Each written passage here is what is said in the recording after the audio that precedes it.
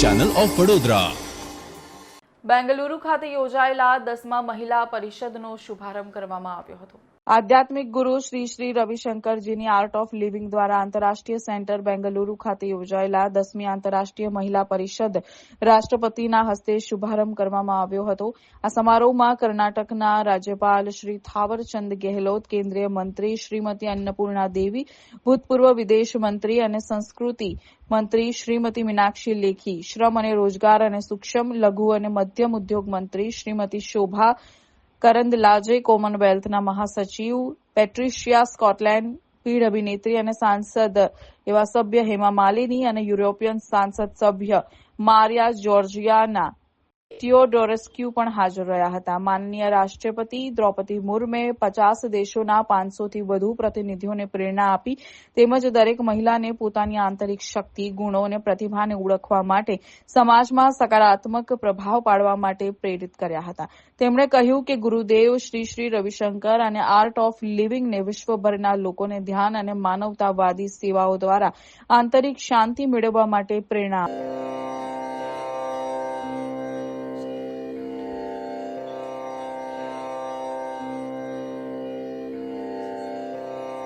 जनगणमन अधिनायक जय हे भारत भाग्य विधाता.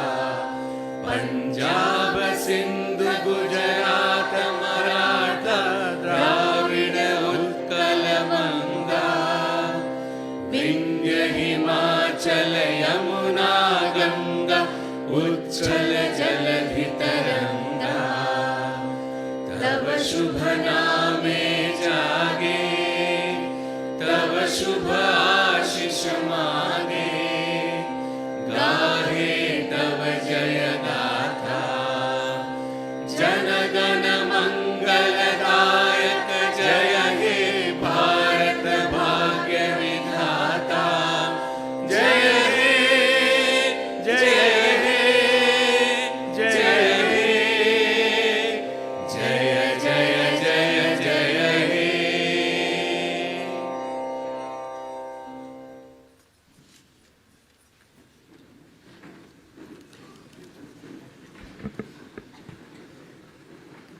यह हमारे लिए अत्यंत सम्मान और सौभाग्य की बात है कि हम माननीय भारत के राष्ट्रपति Shrimati Draupadi Murmu ji, governor of Karnataka Shri Thaawarchand Gehlot ji, Gurudev Shri Shri Ravishankar ji, union minister of women and child development Shrimati Annapurna Devi ji, union minister of state for MSME and labour employment Sushri Shobha ji, member of parliament Shrimati Hema Malini ji, chairperson international women's conference of the art of living Shrimati Bhanumati Narasimha ji, distinguished guests, esteemed delegates from various parts of India and the world, ladies and gentlemen, Namaskar.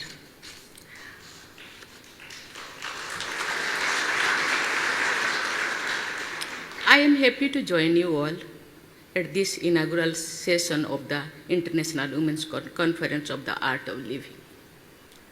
It is heartening to see so many women from different walks of life gathered here from various parts of the world.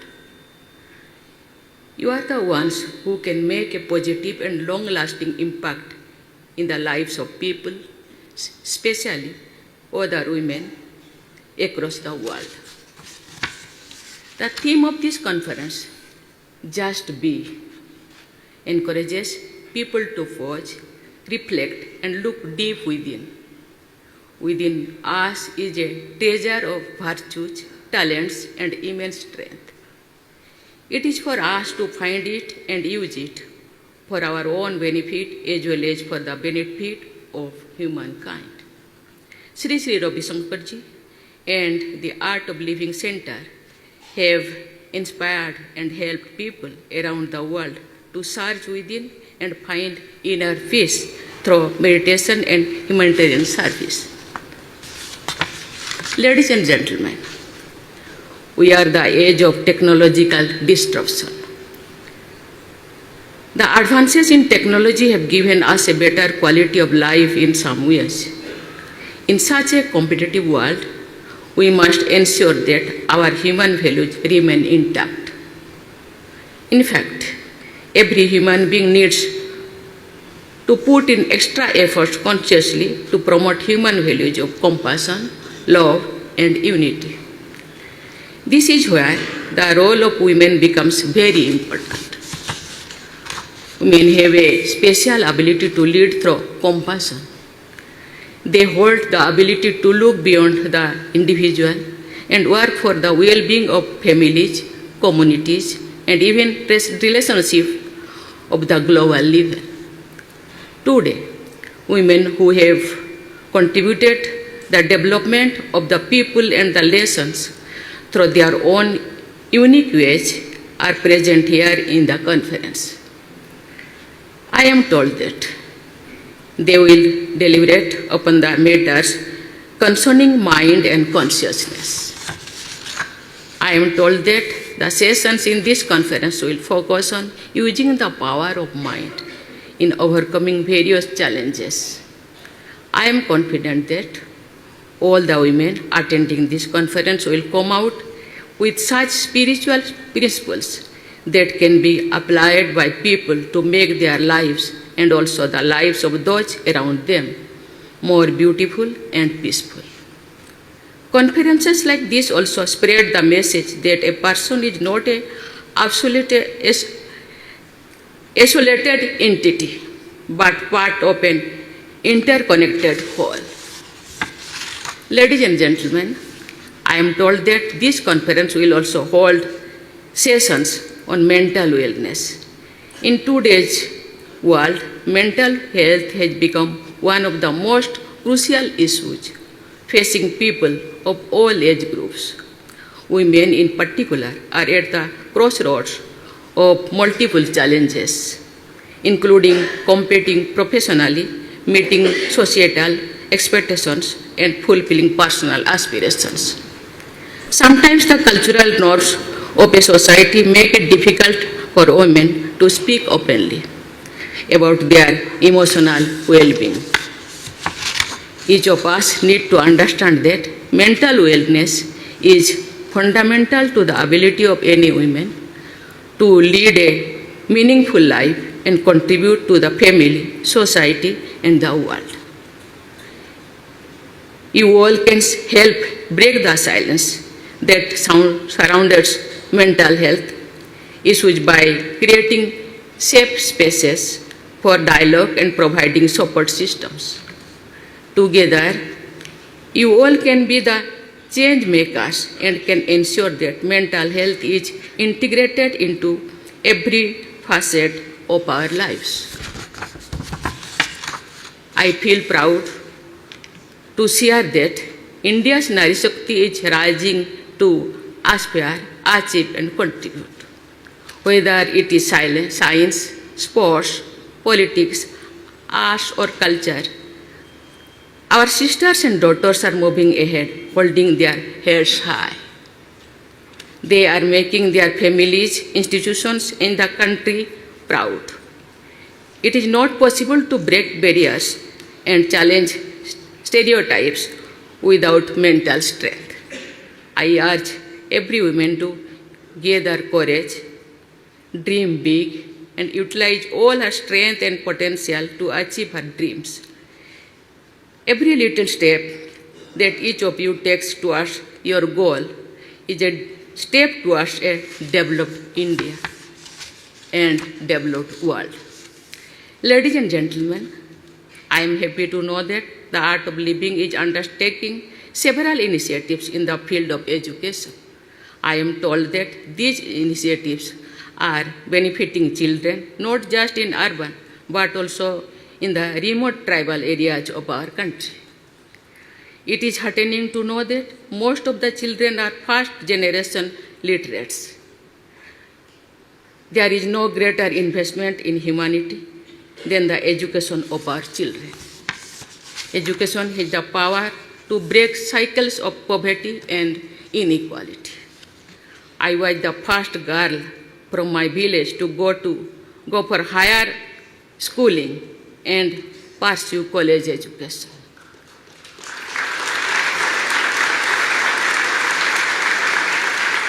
With right guidance and support, many children can become active participants in the journey of our nation. As women leaders, you all have a significant role in shaping the future through the education of next generation. Here I would also like to highlight the need to work together to deal with the global challenges like climate change. I urge you all to deliberate upon issues related to environment conservation. Our Mother Earth nurtures us all. Let us take such steps which take care of our Mother Earth. I expect you all to come to the forefront and take responsibility for a safer and prosperous future for our children. I expect you all to have a dream that is bigger than your personal ambition, a dream for your country, a dream for the world. देवियों और स्वजनों, श्री श्री गुरुजी को मैं धन्यवाद देना चाहती हूँ। ऐसे एक मिशन लेके वो आगे बढ़ रहे हैं। शायद बनाने वालों को मैं धन्यवाद देना चाहती हूँ कि वो एक ऐसे प्रेरणा के स्रोत थे। हम सब जानते हैं कि भारत एक आध्यात्मिक को विश्वास करने वाला देश है, फिर भी हम कहीं ना कहीं आहिस्ते आहिस्ते बदलते दुनिया में अपने आप को बदल के दे हैं। इसीलिए ऐसे एक आध्यात्मिक व्यक्ति, गुरु दुनिया में आके लोगों को फिर से, जिसको हम भूल चुके हैं, उसको सबके अंदर जागरूक करने के लिए वो प्रेरणा स्रोत के रूप में उभारे हैं। इसीलिए मैं भगवान को भी धन्यवाद देना चाहती हूँ और गुरु जी को भी धन्यवाद देना चाहती हूँ।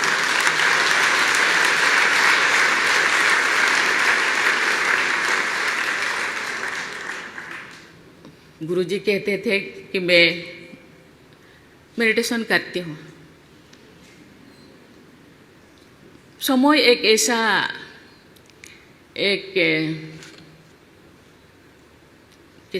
समय है, समय ही ऐसा समय है कि कभी कभी लोगों को रास्ता दिखाने में कभी कोई ऐसे गुरु ना मिले तो समय ही कभी कभी आपका गुरु बन के आपके सामने उभर आते हैं। समय मुझे सिखाए हैं और उसी दिशा में जाने के लिए प्रेरणा दी है। मुझे लगता है ये सबको करना चाहिए। समय को अपेक्षा नहीं करना चाहिए। समय को अपने हाथ में लेना चाहिए। समय अपने हाथ में है, उसको यूज करना चाहिए।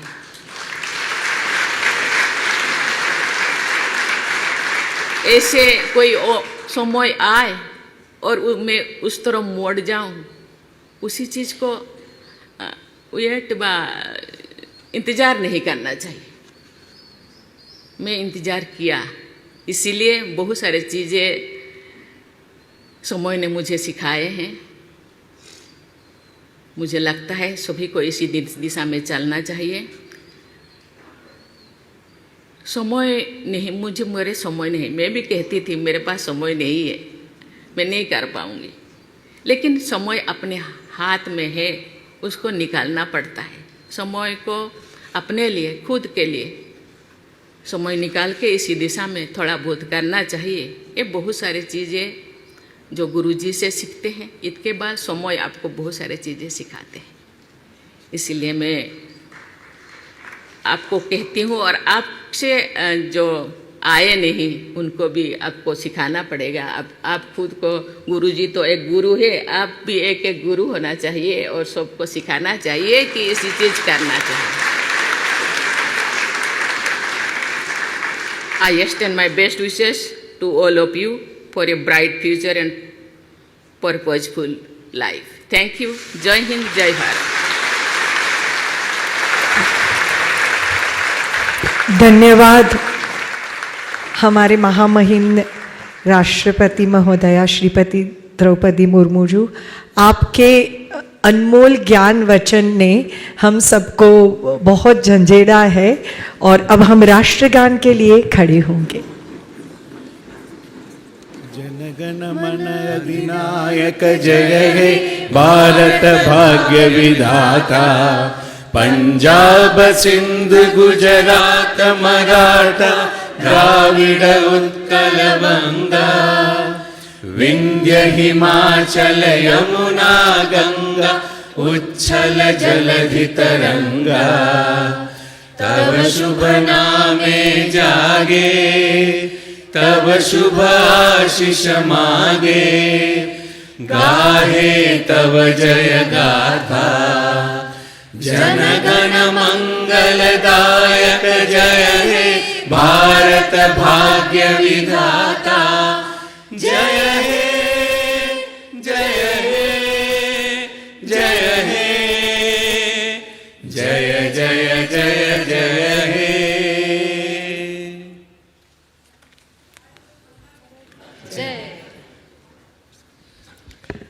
मैं सभी को अनुरोध करती हूँ अपनी जगह पे बैठे रहे।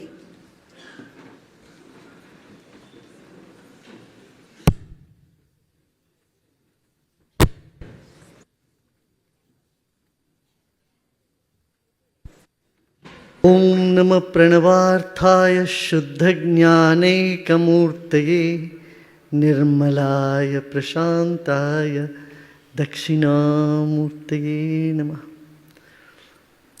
हमारे आत्मीय और आदरणीय राष्ट्रपति महोदया,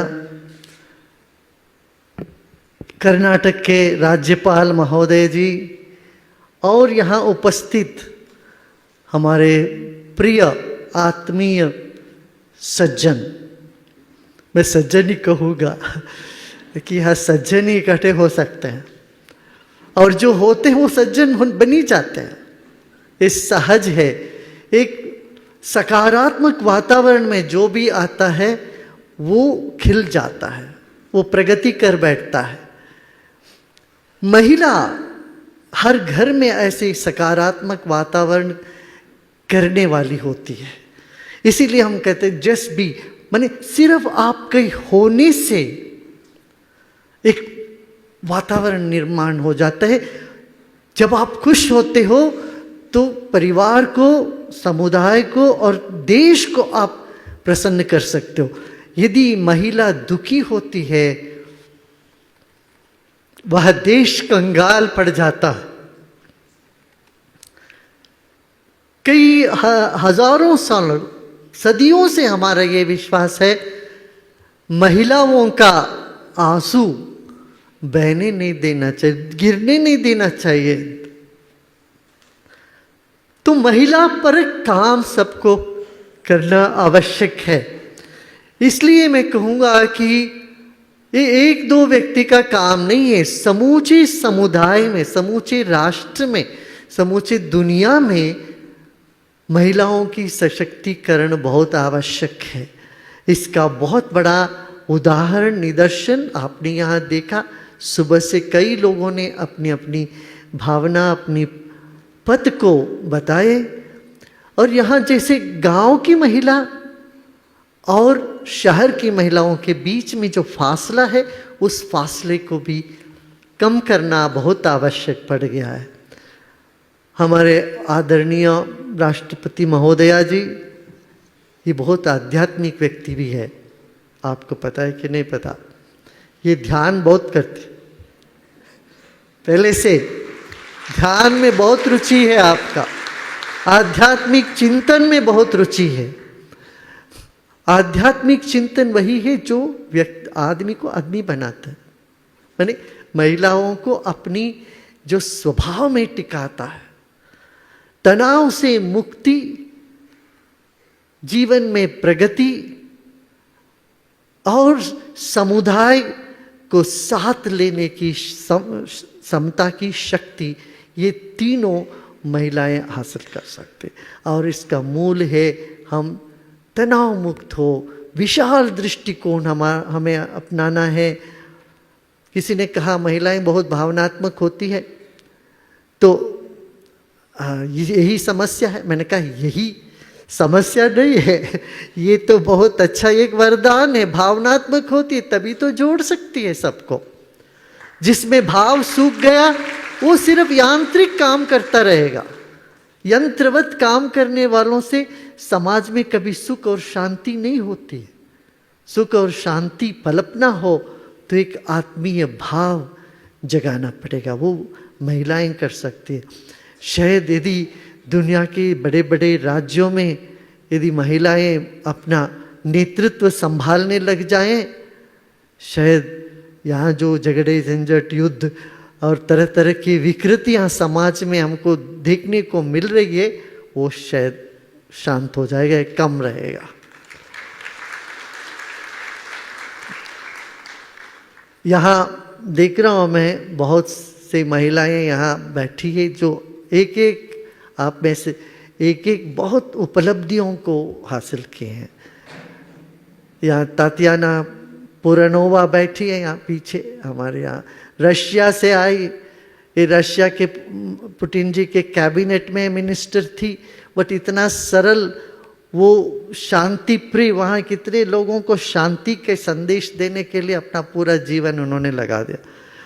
इन्होंने कहा कि मैं अभी मुझे यही करना है, शांति की वो पहल अपनाना है। तो ऐसे ही बहुत दिग्गज यहाँ हैं। आप सबको यही है विनंती कि आप दूसरों का ख्याल तो करते हो, अपना भी ख्याल किया करो, अपने मन को शांत किया करो। थोड़ी थोड़ी समय अपने लिए लेके बैठ के शांत होके ध्यान करो।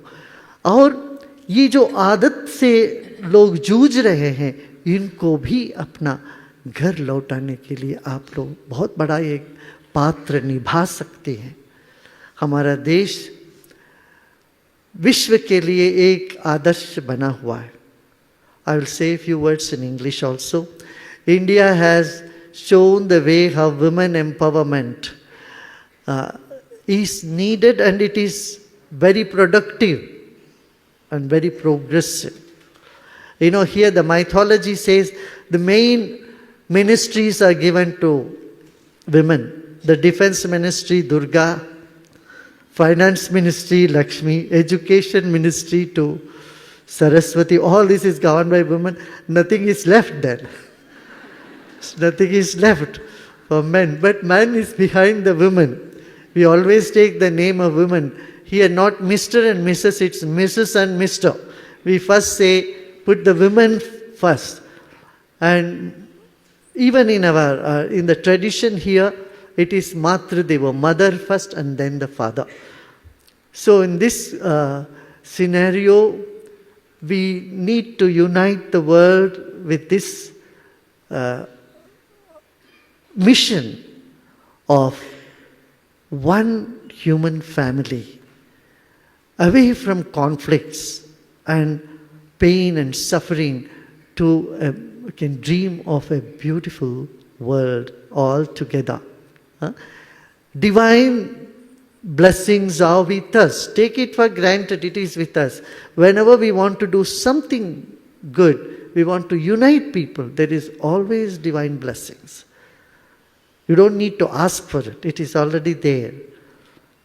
And few minutes of taking time for yourself is absolutely essential for your own mind. Today, mental health is a big issue around the world. Every 40 seconds, one person is taking his or her life away. In this situation, we all have to work towards better mental health, better education, better facilities, and better world in all. Okay? All the best to everyone. Om Shanti.